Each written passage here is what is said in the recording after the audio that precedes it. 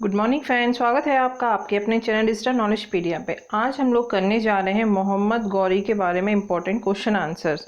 तो ये आपके आने वाले एग्जाम में बहुत ज़्यादा यूज़फुल होंगे। तो अगर आपने चैनल को सब्सक्राइब नहीं किया है तो जल्दी से चैनल को सब्सक्राइब कर लें। तो चलिए देखते हैं क्वेश्चन आंसर्स। क्वेश्चन नंबर 1 है, शहाबुद्दीन मोहम्मद गौरी कहाँ का शासक था? तो जो शहाबुद्दीन मोहम्मद गौरी था वो गौर का शासक था। ये जो गौर प्रदेश है ये गजनी और हिरात के बीच में था ये, ठीक है। हिरात और गजनी के बीच में एक जगह थी, वो था गौर। छोटा सा शहर, छोटी सी जगह, राज्य था जिसका ये मोहम्मद गौरी वहाँ का शासक था। और ये कौन से वंश का था? ये था संसवानी वंश का था ये गौरी, ठीक है। देखते हैं क्वेश्चन नंबर 2। क्वेश्चन नंबर 2 है, मोहम्मद गौरी ने भारत पर प्रथम आक्रमण कहाँ किया था? तो जो मोहम्मद गौरी था उसने जो फर्स्ट आक्रमण किया था इंडिया के ऊपर वो किया था मुल्तान में, जो अभी पाकिस्तान में है, ठीक है। ये किया था 1175 AD में। और इसका एम क्या था? इसका मोटिव था मुस्लिम राज्य की स्थापना करना, ठीक है। स्टैब्लिश करना चाहता था ये मुस्लिम राज्य को। जैसे कि इससे पहले जो आए थे गजनबी, उनका ऐसा कोई मोटिव नहीं था, वो सिर्फ पैसे लूटना चाहते थे। लेकिन इसका मोटिव क्या था? ये मुस्लिम राज्य को यहाँ पे स्टैब्लिश करना चाहता था, ठीक है। और इसकी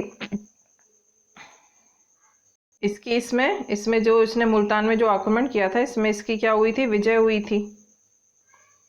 नेक्स्ट क्वेश्चन देखते हैं, क्वेश्चन नंबर 3।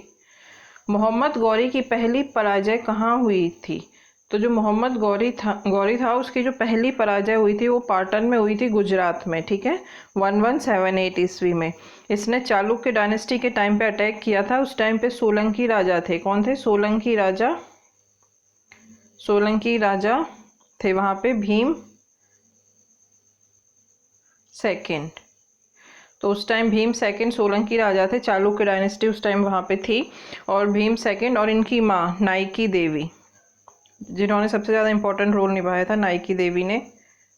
तो नाइकी देवी और भीम सेकंड ने मिलके इसको परास्त कर दिया था। तो इसमें इसकी हार हुई थी। ये इसकी पहली पराजय थी जो पाटन गुजरात में हुई थी।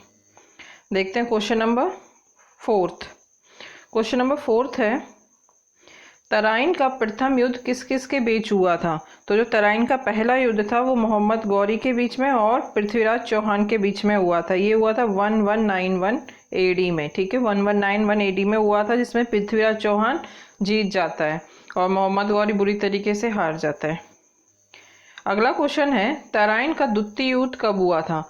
तो पहले युद्ध में हारने के बाद ये दोबारा अटैक करता है। ये हुआ था 1192, एक साल के बाद, ठीक है। पहला हुआ था 1191 में, फिर एक साल बाद 1192 में गौरी फिर से अटैक करता है पृथ्वीराज चौहान में, जिसमें वो गौरी बहुत जीत जाता है और पृथ्वीराज चौहान बहुत बुरी तरीके से हार जाता है। गौरी क्या होता है? जीत जाता है और पृथ्वीराज चौहान हार जाता है। और इसी के, ये जो तराइन का सेकेंड युद्ध था, इसी के साथ यहाँ पे इंडिया में, नॉर्थ इंडिया में मुस्लिम साम्राज्य की स्थापना हो जाती है। और इसी को, तराइन के सेकेंड युद्ध को ही क्या कहा जाता है? इसे कहा जाता है turning point of Indian history. ये इंडियन हिस्ट्री का टर्निंग पॉइंट है, क्योंकि यहाँ से ही मुस्लिम पॉलिटिकल सिस्टम इस्टेब्लिश हो जाता है इंडिया में। नेक्स्ट क्वेश्चन देखते हैं, क्वेश्चन नंबर 6। क्वेश्चन नंबर 6 है, भारत में मुस्लिम सत्ता की स्थापना किसने की? तो जो मुस्लिम सत्ता की स्थापना मानी जाती है भारत में वो की थी मोहम्मद गौरी ने, ठीक है। मोहम्मद गौरी ने सेकंड तराइन युद्ध के बाद, सेकंड जो तराइन युद्ध हुआ था इसके बाद इसने मुस्लिम साम्राज्य की स्थापना कर दी थी। क्योंकि इससे पहले जो गजनी आया था और कासिम जो आए थे, उनका तो मोटिव सिर्फ यही था कि धन लूट के ले जाएं, बाकी इनका सत्ता का इस्टेब्लिश ऐसा कोई मोटिव नहीं था। लेकिन इसने क्या किया था? मुस्लिम सत्ता की स्थापना की, जो उसने तराइन के सेकंड युद्ध पृथ्वीराज चौहान को हरा के की थी। नेक्स्ट क्वेश्चन देखते हैं, क्वेश्चन नंबर 7। मोहम्मद गौरी और जयचंद के बीच कौन सा युद्ध हुआ था? तो मोहम्मद गौरी और जयचंद के बीच चंदावर का युद्ध हुआ था। ये हुआ था 1194 में, 1194 में हुआ था, 94 AD में, ठीक है। इसमें क्या हुआ था? मोहम्मद गौरी कन्नौज तक पहुंच जाता है और कन्नौज पे अधिकार कर लेता है। ये कन्नौज पे ये अधिकार कर लेता है, ठीक है। और कन्नौज का अभी क्या मॉडर्न नाम क्या है इसका? फिरोजाबाद यमुना नदी के किनारे पे बसा हुआ है ये। तो इसमें मोहम्मद गौरी जीत जाता है और कन्नौज तक इसका अधिकार हो जाता है। नेक्स्ट क्वेश्चन देखते हैं।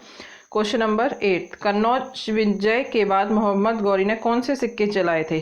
तो कन्नौज जीतने के बाद मोहम्मद गौरी ने देवी लक्ष्मी की जो आकृति है वो अंकित चेहरे सिक्के चलवाए थे। ठीक है, तो ये इंपॉर्टेंट है कि इसने कौन से कॉइन चलवाए थे, उसमें देवी लक्ष्मी की आकृति बनी हुई थी। ठीक है, तो ये पहला शासक था जिसने ऐसे कोई सिक्के चलवाए कि जिसमें देवी लक्ष्मी की आकृति बनी हुई है।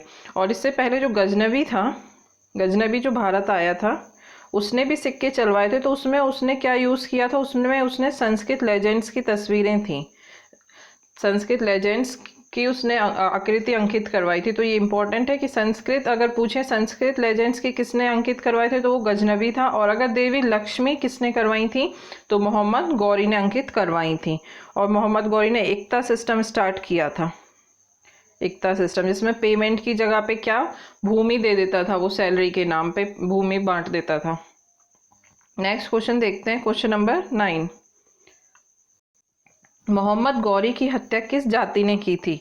तो जो मोहम्मद गौरी की हत्या वो खोखर जाति ने 1206 ईस्वी में की थी। ठीक है, ये यहाँ से जीत के गजनी लौट रहा था। ठीक है, वापस ये गजनी जा रहा था और गजनी लौटते समय खोखर जाति ने इसकी हत्या कर दी थी 12 मार्च 1206 में। ठीक है, 12 मार्च 1206 में खोखर जाति ने इसकी हत्या कर दी थी।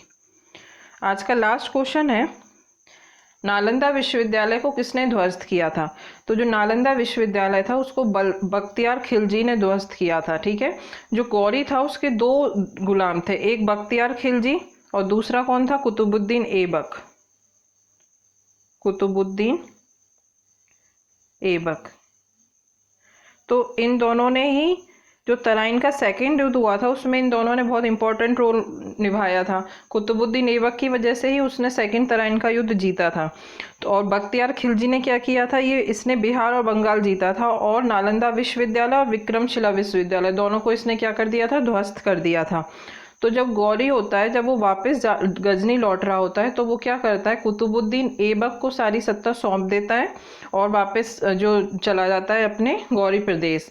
और पहले जब इसने जब तराइन का जो सेकंड युद्ध जीता था तो कुतुबुद्दीन ऐबक को ये सूबेदार बना देता है। पहले ये गुलाम था, फिर इसको ये खुश होकर सूबेदार बना देता है। और जब ये गौरी वापस गजनी लौट जाता है तो सारी सत्ता कुतुबुद्दीन ऐबक को सौंप के लौट जाता है। कुतुबुद्दीन ऐबक नए वंश की स्थापना करता है, जिसके बारे में हम नेक्स्ट वीडियो में पढ़ेंगे।